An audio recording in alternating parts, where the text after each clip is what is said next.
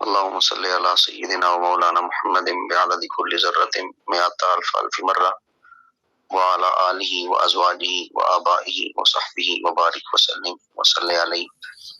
السلام علیکم ورحمۃ اللہ وبرکاتہ. آج ہم اگلے سوالات کی طرف جو ہے وہ بڑھیں گے.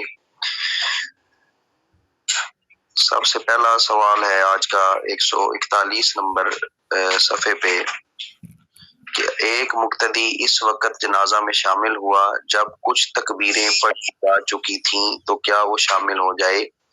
تو وہ فوراً شامل نہ ہو بلکہ اس وقت شامل ہو جب امام تکبیر کہے. اگر امام کے تکبیر کہنے سے پہلے شامل ہو گیا تو اس نے جو کچھ ادا کیا اس کا اعتبار نہیں ہوگا، یعنی جب بھی وہ شامل ہو امام کی تکبیر پر ہی شامل ہو. پھر اس میں پھر مسئلہ یہ آئے گا جو باقی تکبیریں رہ گئی ہیں ان کا کیا کرے. جب امام سلام پھیر دے تو جلدی سے وہ 3 تکبیریں یا 2 رہ گئی ہیں یا 1 رہ گئی ہے وہ جلدی سے تکبیر کہے، ان کے بعد پھر کچھ نہ پڑے اور جو ہے وہ سلام پھیر دے تاکہ اس کا جو ہے وہ تکبیروں والا جو رکن ہے وہ پورا ہو جائے. اگلے صفحے پہ جائیں، یہ آپ کے متعلقہ نہیں ہے مسائل، آگے بڑھیں.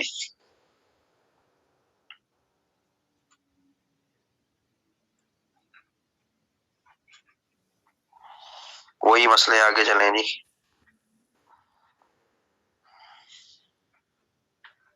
ہاں جی، اب اگر عورت اور مرد دونوں کا جنازہ ہے تو ان دونوں میں سے کس کا جنازہ امام کے قریب ہوگا، مرد کا یا عورت کا؟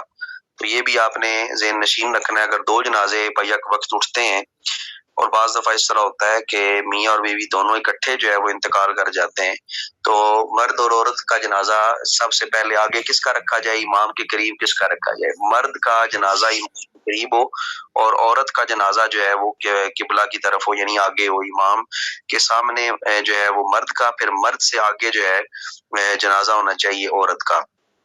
اگر بالغ مرد، عورت، لڑکا، خنثی اور مراہقہ کے جو ہے وہ جنازے اکٹھے آ گئے تو اب جو ہے ان کے رکھنے کی ترکیب کیا ہوگی؟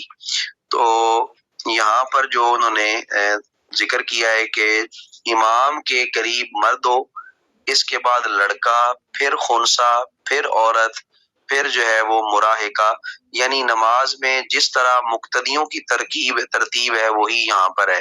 تو پہلے جو ہے وہ مرد ہوگا، اس کے بعد لڑکا، پھر خنثی اور پھر مراہقہ. ان دونوں کی تفصیل جو ہے وہ میں آپ کو بھیجتا ہوں کہ یہ کیا ہے.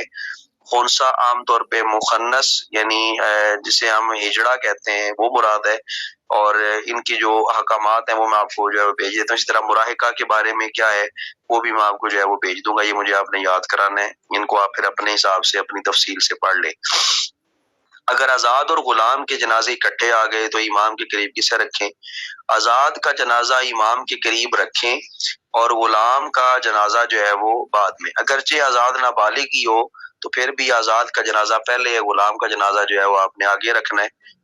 اگر ایک ہی قبر میں کسی مجبوری سے ان سب کو اکٹھا دفن کریں تو پھر کس ترتیب سے دفن کیا جائے؟ اگر سب مرد یا سب عورتیں ہیں تو کعبہ شریف کی طرف پہلے اسے رکھیں جو ان میں سے افضل ہے. یعنی ایک بڑا سا جو ہے وہ انہوں نے بڑی قبر تیار کی ہے، جس طرح انہوں نے عام طور پہ یہ بعض حادثے بھی ہوتے ہیں، جنگوں میں بھی اس طرح کے معاملات ہوتے ہیں. یہ اجتماعی جنازہ جب ہم کرتے ہیں اجتماعی قبر ہمیں بنانی پڑ جاتی ہے، جس طرح زلزلے میں یہ ہوا تھا جو غالباً 2008 کا تھا. تو اس میں جو ہے وہ اسی طرح کیا گیا تھا، یہ مظفر آباد والی سائڈ پہ. تو اس میں یہ ہوگا کہ جو افضل ہوگا اسے سب سے پہلے قبلہ کی طرف، پھر اس کے بعد دوسرے نمبر پہ جو اس سے کم ہے، اس طرح کرتے کرتے جو ہے وہ دفن کیا جائے. تو اگر سب مرد یا سب عورتیں نہ ہوں تو بلکہ مختلف ہوں تو پہلے کعبہ شریف کی طرف مرد کو، پھر لڑکے کو، پھر خنثی کو، پھر عورت کو، اور جو ہے وہ پھر مراہقہ کو. یہی ترتیب جو ہے وہ رکھی جاتی ہے، پہلے مردوں کو اور اس کے بعد لڑکوں کو، پھر اس کے بعد خنثی، پھر اس کے بعد عورت، پھر اس کے بعد جو ہے وہ مراہقہ. ان کو جو ہے وہ رکھا جاتا ہے. ایک جنازے کی نماز شروع کی تھی کہ دوسرا آ گیا تو کیا دونوں کی پڑھیں یا پہلے ہی کی ہی مکمل کریں؟ تو اب جو ہے وہ ایک جنازہ آپ پڑھ رہے ہیں، دوسرا ساتھ ہی آگے کہ دونوں کی اکٹھی کریں؟ نہیں، پہلے ایک پڑھ لیں، پھر اگر آپ کو پڑھ رہے تھے تو پھر جو ہے وہ دوسرے کا پڑھ لیں. تو اگر دونوں اکٹھے آ گئے تو پھر دونوں کا ایک ساتھ ہی جو ہے وہ پڑھا جائے گا. یہ نہیں کہ آپ جو ہے وہ پہلے ایک پڑھ لیں پھر دوسرے کا پڑھیں. اگر آپ جنازہ پہلے کا پڑھ رہے تھے اس دوران دوسرا جنازہ آ گیا تو پھر آپ جو ہے وہ پہلے والا مکمل کریں، دوسرے والے کے ساتھ جو ہے وہ بعد میں پڑھیں۔ اگر امام نے صرف دوسرے کی نیت کر لی تو پھر کیا حکم ہے؟ دوسرے کی نماز جنازہ ہو گئی، اس سے فارغ ہو کر پہلے کی پھر پڑھے۔ یعنی اگر امام نے صرف دوسرے کی نیت کر لی، یعنی جو ہی دوسرا جنازہ آیا تو امام نے دوسرے کی نیت کی، پہلے کی نہیں کی، تو آپ پہلے کا دوبارہ جنازہ پڑھے، دوسرے کا ہو گیا لیکن پہلے کا نہیں ہوا۔ آگے جائیں جی، اگلے پیج پہ جائیں۔ یعنی اگر نماز پڑھا رہا تھا کہ اس کا وضو جاتا رہا تو وہ کیا کرے؟ وہ کسی کو اپنا خلیفہ بنا دے، وہ خلیفہ نماز جو ہے وہ مکمل کرے۔ یعنی امام صف میں سے کسی کو پکڑ کے آگے کرے، وہ اس جنازے کو جو ہے وہ مکمل کرے، اور امام جو ہے وہ خود وہاں سے جو ہے وہ نکل جائے۔ میت کو نماز جنازہ پڑھے بغیر دفن کر دیا تو اب کیا کریں؟ اگر اوپر مٹی ابھی نہیں ڈالی گئی تو میت کو قبر سے نکال کر جنازہ پڑھیں، پھر دفن کریں۔ اگر مٹی ڈال دی گئی ہے تو جو ہے وہ اس کا قبر ہی پہ جنازہ جو ہے وہ پڑھیں، پھٹنے کا گمان اگر نہ ہو تو اس کی قبر ہی پہ پڑھیں۔ اگر کوئی کنویں میں گر کر مر گیا، نکالا نہیں جا سکا، تو اب اس کی نماز جنازہ کیسے پڑھیں؟ اسی کنویں پر کھڑے ہو کر نماز جنازہ جو ہے وہ پڑھ دیں۔ مکان گر پڑا اس کے نیچے دب کے مر گیا، صورت ایسی ہے کہ نکالا نہیں جا سکتا، تو وہیں کھڑے ہو کر اس کی نماز جنازہ پڑھیں۔ دریا میں ڈوب گیا، نکالا نہیں جا سکا، تو اس کی نماز جنازہ نہیں ہو سکتی، کیونکہ میت جو ہے وہ حاضر موجود نہیں ہے۔ تو دریا میں جو ڈوب جائے، نکالا نہیں جا سکا، لاش ہی نہیں مل رہی، تو پھر اس کا جنازہ جو ہے وہ نہیں ہوتا، پھر وہ سپرد خدا ہی ہے، کیونکہ ہمارے نزدیک میت کا سامنے ہونا جو ہے وہ ضروری ہے۔ مطلب آپ نے جو ہی بعض لوگوں کی کنڈیشن اس طرح ہوتی ہے کہ آپ کو یقین ہوتا ہے کہ ان کا جسم جو ہے وہ پھٹ چکا ہوگا، یعنی بعض دفناتے ساتھ ہی جو ہی مٹی ڈالتے ہیں تو ان کے پیٹ کی سختی اتنی ہوتی ہے کہ جسم جو ہے وہ پھٹ جاتا ہے۔ تو اگر آپ کو اس کے پھٹنے کا گمان ہی نہیں، پھر وہ ایک عبرت ناک سی اور ایک عجیب سی کیفیت بدگمانی انسان کے ذہن میں پھر آ جاتی ہے کہ نعوذ باللہ اس کو عذاب ہو رہا ہے۔ تو اس بدگمانی سے بچانے کے لیے کہا گیا کہ اگر آپ کو اس کا گمان نہیں ہے تو پھر آپ جو ہے اس کی قبر پہ ہی جو ہے وہ کھڑے ہو کے پڑھے۔ تو ویسے اس طرح کا چانس میں نے اپنی زندگی میں تو نہیں دیکھا ایسا کبھی ہو۔ اللہ تعالیٰ نے نبی پاک صلی اللہ علیہ وآلہ وسلم کے تصدق سے اس امت کے گناہگار کو بھی جو ہے وہ محفوظ رکھا ہوا ہے۔ ہم نے ایک گاؤں کا اپنا جنازہ، ایک کھاتا پیتا آدمی دیکھا ہے جو دنیا سے گیا ہے، اور اس کے بارے میں پیشن گوئی یہی تھی کہ یہ پھٹ جائے گا نعوذ باللہ۔ تو لیکن جب ہم غسل دیتے جا رہے تھے، جسم کے اندر نرمی آتی جا رہی تھی، جسم نرم ہوتا جا رہا تھا، اور اس وقت جو ہے وہ میں بھی تھا، میرے والد صاحب بھی تھے، انہوں نے یہی کہا تھا کہ یہ جن کا یہ بندہ مرید ہے نا، انشاءاللہ اللہ تعالیٰ اس کے طفیل اس کو جو ہے وہ اس رسوائی سے محفوظ رکھے گا، اس کا جسم پھٹے گا نہیں۔ اور واقعی ایسے ہی ہوا، جو ہے وہ غسل دیا گیا، کفن دیا گیا، آرام سے رکھا گیا، بڑے آرام سے دفن کیا گیا، کوئی اس طرح کا معاملہ جو ہے وہ ہم نے نہیں دیکھا نہ سنا، یعنی مٹی بھی ڈال دی گئی، کوئی اس طرح کی جو ہے وہ ہمیں جو ہے وہ نہیں کوئی کیا کہتے ہیں اسے ملتی، کوئی بات ملتی ہے جس سے ہم یہ اعتراض کر سکیں کہ ایسے ہوا ہے۔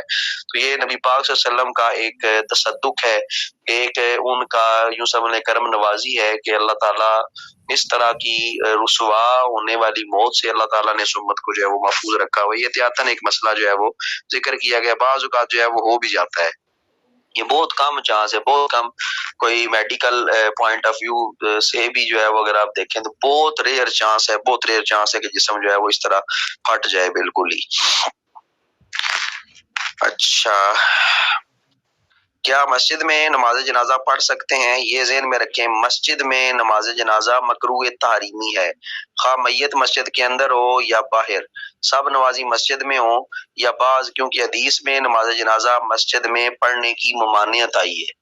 تو یہ ذہن میں رکھیں، مسجد میں کبھی بھی نماز جنازہ نہیں ہوتا۔ تو یہ جو حرم میں پڑھے جاتے ہیں، یہ خانہ کعبہ میں اور مدینہ طیبہ میں یہ جو پڑھے جاتے ہیں، تو یہ صرف انہی لوگوں کی انہوں نے خاص جگہ ایک بنائی ہوئی ہوتی ہے، آپ کو تو پتہ نہیں ہے کہ جنازہ رکھتے کہاں پہ ہیں، یہ میں نے خود اپنی آنکھوں سے دیکھا، انہوں نے جگہ بنائی ہوئی ہیں کہ جو جس کو جو ہے وہ یہ مسجد شمار نہیں کرتے، وہ وہیں پہ امام کھڑا ہوتا ہے، لوگ اس کے پیچھے کھڑے ہوتے ہیں، اور ہمارے بھی ایسے ماشاءاللہ کیا اسے کہتے ہیں بے وقوف ہیں کہ جو نیت کر لیتے خانہ کعبہ کی طرف منہ کر کے اور کہتے ہیں جانے دو جی، تو حالانکہ ہو سکتا ہے کہ میت ان کے سامنے پڑی ہوئی ہو، تو اس طرح بھی ہوتا ہے، جس طرح مسجد نبوی میں باقاعدہ انہوں نے الگ کمرہ بنایا ہوا ہے، چند مخصوص لوگ جو ہے اس کمرے میں داخل ہوتے ہیں، امام جاتا ہے نماز پڑھاتا ہے، حالانکہ وہ نماز اسپیکر پہ ہوتی ہے، لوگ پیچھے نیت کر رہے ہوتے ہیں مسجد کے اندر، تو ایسے ہوتا نہیں ہے، لیکن احتیاطاً ہم جو ہے وہ چلو پڑھ لیتے ہیں، کیونکہ یہ ہے مکروہ تحریمی ہے مسجد کے اندر جنازہ پڑھنا، لیکن انہوں نے جگہ بنائی ہوئی ہیں اور وہیں سے مسجد کے اندر میت کو نہیں لاتے، بلکہ باہر سے ہی جو ہے وہ باہر کے جو راستے ہیں وہیں سے لے کے جو ہے وہ نکل جاتے ہیں، تو یہ اس طرح کے جو ہے وہ معاملات بھی بعض اوقات دیکھے جاتے ہیں۔ لوگوں کے آنے جانے کا جو عام راستے میں نماز جنازہ پڑھنا کیسا ہے، وہاں نماز جنازہ پڑھنا منع ہے، تو اگر جو ہے وہ بہت کوئی مجبوری ہے تو پھر جو ہے وہ آپ اس طرح جنازہ کر سکتے ہیں، یعنی اگر آپ کا رش اتنا زیادہ ہے یا لوگ اتنے زیادہ آ چکے ہیں کہ اب آپ کو لازمی جو ہے وہ شارع عام استعمال کرنی پڑے گی، تو اس وقت آپ کو اجازت ہے، وگرنہ بغیر کسی وجہ، بغیر کسی عذر کے شارع عام پر جنازہ پڑھنا یہ جو ہے وہ منع کیا گیا ہے۔ جس طرح 2 سال پہلے جو ہے وہ خادم رضوی صاحب کا جنازہ ہوا تھا، جو گریٹر اقبال پارک ہے یا مینار پاکستان ہے اور جو سڑکیں ہیں داتا صاحب تک، یہ ساری جو ہیں وہ بھری ہوئی تھیں، اور لاکھوں کیا بھی یا انگنتی لوگ تھے جو اس جنازے میں شامل تھے۔ اس صورت میں جب جو ہے وہ مجمع جو ہے وہ آپ کا اتنا ہو جائے اور ان کو جو ہے وہ اکٹھا کرنا، ان کو ایک جگہ پہ بند کرنا مشکل ہو جائے، تو اس وقت شارع عام کو جو ہے وہ استعمال کیا جا سکتا ہے، وہاں پہ جو ہے وہ جنازہ پڑھا جاتا ہے۔ اسی طرح کسی دوسرے شخص کی زمین میں اس کی اجازت کے بغیر نماز جنازہ پڑھنا کیسا ہے جبکہ وہ منع کرتا ہو؟ تو منع ہے، ظاہری بات ہے، جب وہ منع ہی کر رہا ہے کہ میری زمین میں نماز جنازہ نہیں پڑھنا، تو پھر جو ہے وہ بالکل منع ہے۔ ویسے بھی کسی کی زمین میں اس کی اجازت کے بغیر جنازہ جو ہے وہ لے کے نہیں جانا چاہیے، نماز جنازہ وہاں پر نہیں پڑھنا چاہیے۔